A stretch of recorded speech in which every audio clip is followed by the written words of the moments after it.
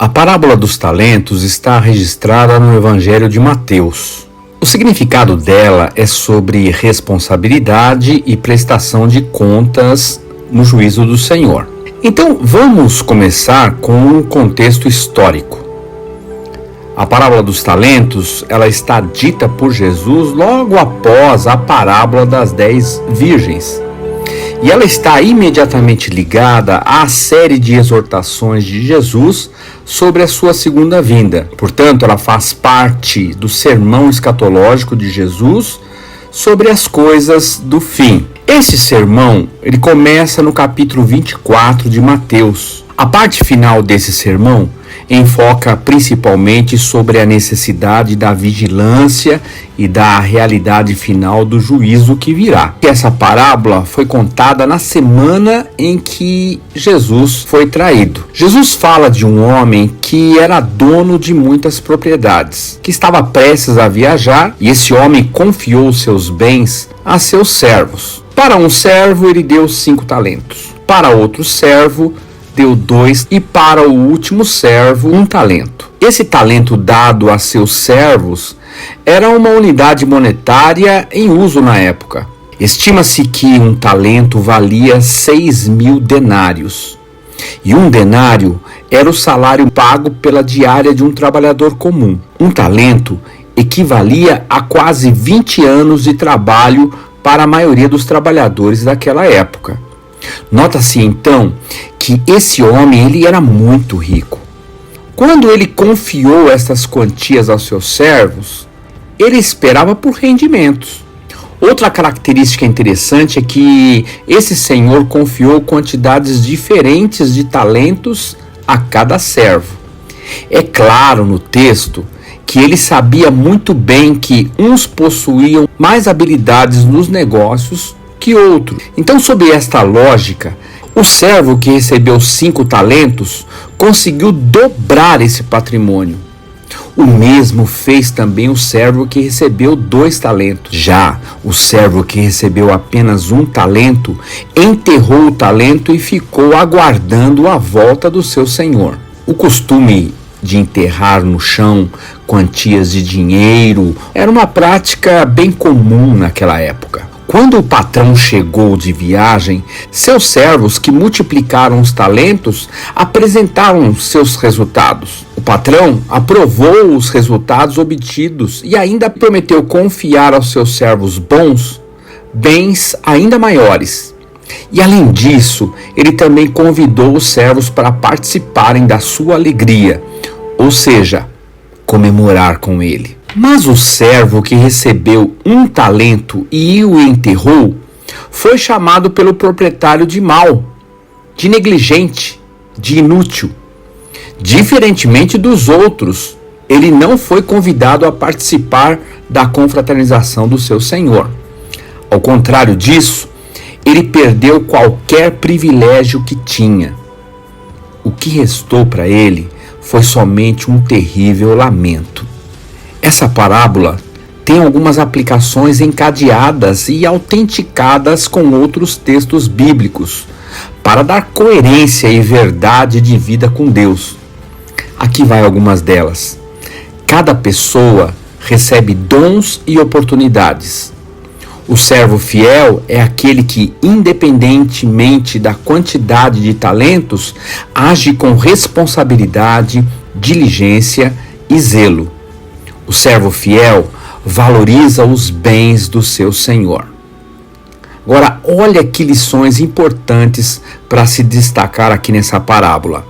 Em primeiro lugar, essa parábola nos ensina que Deus não é injusto, ou seja, Deus nos concede talentos, dons, habilidades e oportunidades de acordo com a nossa capacidade, porque Ele seria injusto se Ele confiasse a nós algo que nós não pudéssemos administrar. Segundo lugar, essa parábola nos ensina que o pouco é muito. Algumas pessoas argumentam que o último servo recebeu apenas 1 talento. Mas aquele único talento já representava um montante ao equivalente a 20 anos de salários acumulados para um trabalhador da sua época. Olhem bem, isso era mais do que o suficiente para negociar, para multiplicar ou realizar muitas aplicações para que aquele dinheiro rendesse. Então, queridos, aquilo que parece aos nossos olhos pouco, na verdade é muito o que o Senhor deu. À primeira vista parece que é pouco, mas é muito mais do que nós poderíamos conseguir sozinhos por conta própria. Terceiro lugar, o que está claro aqui nessa parábola é que o que nós temos não é de fato e de direito nosso. Nós somos apenas depositários, administradores, mordomos do Senhor. Não somos donos dos talentos que recebemos. A nossa função e missão é administrar, é zelar por aquilo que Deus nos dá. Ele é o dono dos talentos e continuará sendo. Algumas pessoas se vangloriam por suas realizações e capacidades, porque não conseguem enxergar que um dia terão que prestar contas ao verdadeiro dono. Em quarto lugar, essa parábola dos talentos nos ensina que devemos multiplicar as riquezas que são diversas, as que Deus nos dá.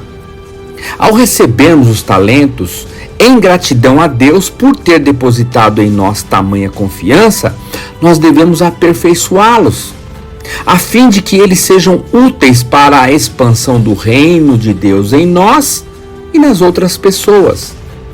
O resultado dos talentos que recebemos deve glorificar, exaltar o nosso Senhor.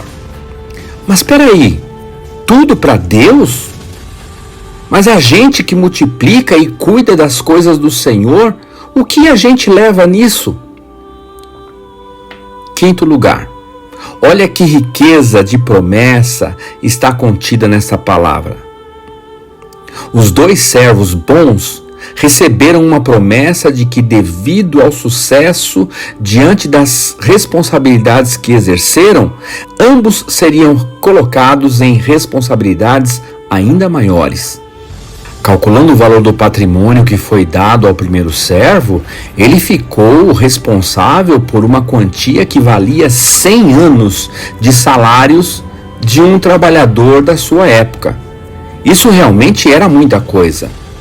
Porém, queridos, o Senhor comparou essa quantia como sendo pouco comparado ao que ele receberia no futuro.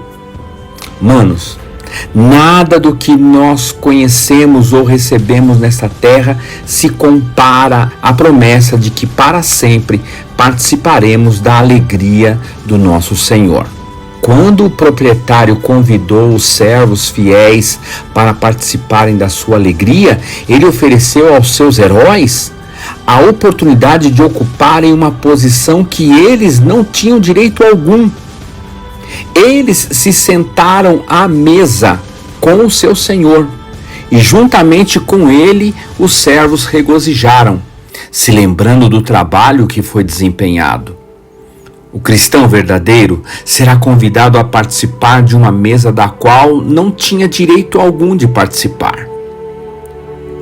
Em sexto lugar, essa parábola dos talentos ensina que o servo mau, além de negligente, é perverso, alma resmungona, não assume a sua culpa.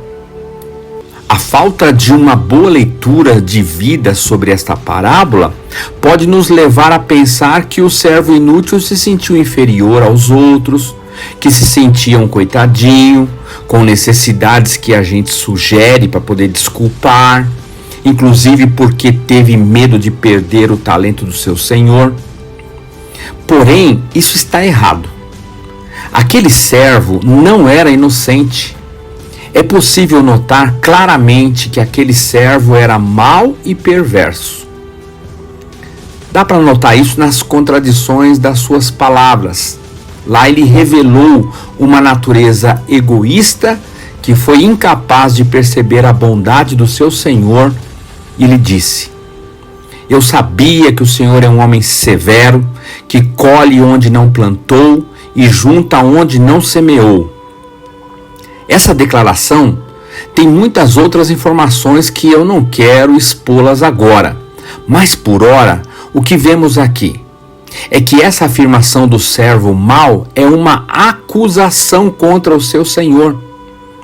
Ele estava acusando o seu proprietário de ser cruel e maldoso, quando ele diz que o seu patrão colhe onde não plantou. Ele está dizendo que, com isso, que o seu senhor exige algo que não tem direito de exigir, pois quem não planta não deve colher. A verdade é que aquele senhor só teria sido injusto tentando colher onde não plantou se não tivesse dado nenhum talento para aquele servo. Na parábola, podemos notar que o servo se enforcou nas suas próprias palavras. Na sua cabeça e no seu coração, você sabia que eu colho onde não plantei e junto onde não semeei? Então você deveria ter confiado o meu dinheiro aos banqueiros, para que quando eu voltasse eu recebesse de volta com juros. Percebe o que ele está falando?